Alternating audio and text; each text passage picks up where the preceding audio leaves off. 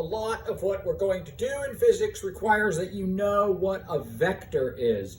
A vector is a mathematical entity. When we're using just numbers, like we used speed is just a number, how fast we're going, like 55 miles an hour or 80 miles an hour. A vector is an arrow. It has two pieces to it. It has the magnitude, how big it is, how long it is. That's its magnitude.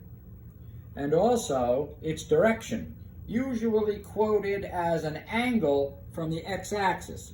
So you remember that this is the positive x-axis moving off to the right, and the angle between the vector A, it's either written as a bold letter or with an arrow over it. I write an arrow over it because it's hard to tell the difference. You know, it's hard to write a bold letter. How would I do that? Is that a bold letter? Is that better? I don't know. So it's better for me to just write A with an arrow over it. So when I do so, you know I'm talking about a vector. And this is the y-axis. And the interesting thing about a vector is that we can break it up into components using trigonometry. Now, if you need to review trigonometry, we'll do that on here. You'll find a trigonometry lecture, which you can watch if you need to review trigonometry, or you can skip it if you don't. But the two components of this vector are the x component and the y component, which I can draw here, or I can draw it over here.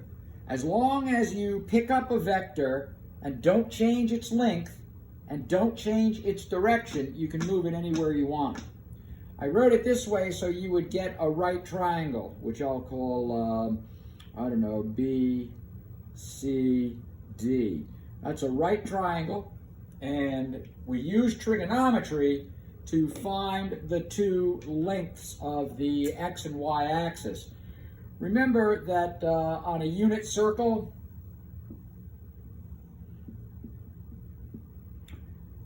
when we had a unit circle, the hypotenuse was always 1, and the point on the unit circle was the cosine of theta, comma, sine of theta. Alphabetical, x and c come before y and s. So the x component of a vector in Cartesian coordinates, theta and a, are called polar. It's written a, comma, theta. That's a polar coordinate, a length and an angle. If I want to put it into Cartesian coordinates, I need to know the xy point here. The x point would be a cosine theta.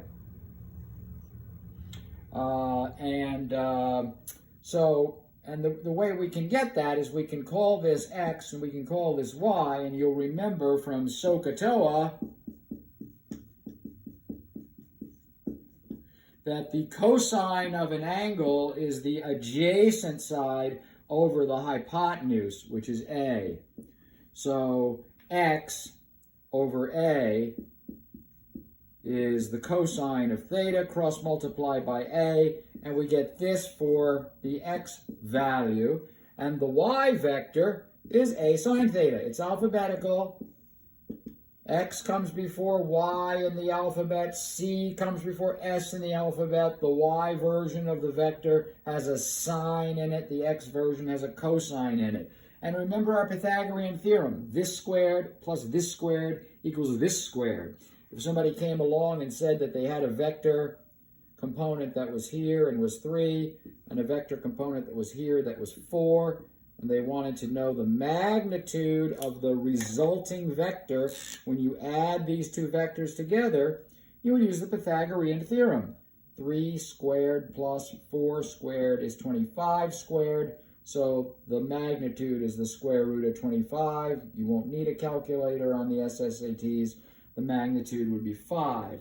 I make this point now because when we start to deal with forces, we're going to want to break them up into components.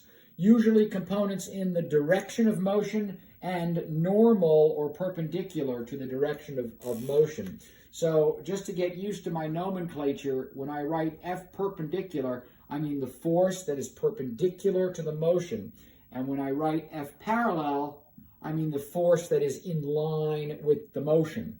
So a vector is an arrow. There are two parts to it. You should be able to get from the magnitude and the angle to the x and y coordinates, or take the x and y coordinates and using the Pythagorean theorem, get the magnitude. Once you know the magnitude, you can find the angle by saying that the tangent of theta is this over this. So it's whatever you found for y over x. And then you untangent both sides. You will not have to do that on your SSAT. You'll be given the sine, cosine, and tangent of an angle. Or it'll be an angle that you recognize. And when I say that you recognize, hopefully you remember your two special triangles. So if you're not sure about the two special triangles, you ought to make sure you review them. One is a 45-45-90 triangle, and that's S root 2. So the tangent of 45 is S over S, which is 1. Tangent of 45 is 1. The sine of 45 is opposite side over hypotenuse. And so is the sine, cosine is the same. So the sine of 45 equals the cosine of 45 equals S over S root 2. S's cancel, and we get 1 over root 2, which is the same as root 2 over 2. Hopefully you remember how to do that.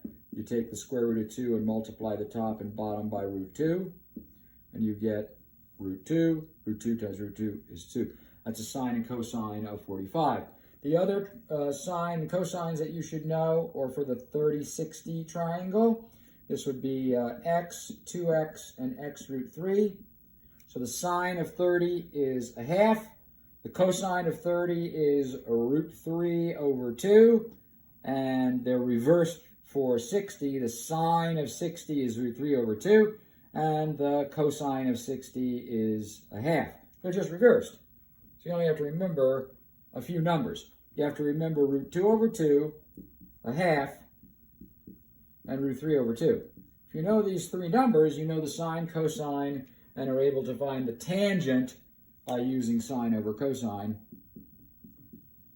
of 30, 45, and 60. Again, I put a review of trig on my lectures if you need to go over them. But this is your first vector talk. When I use a vector, I'll review it as I do. But you need to know vectors and you need to know trig to play in 2 dimensions. And many of the questions on the SSAT physics are in 2 dimensions.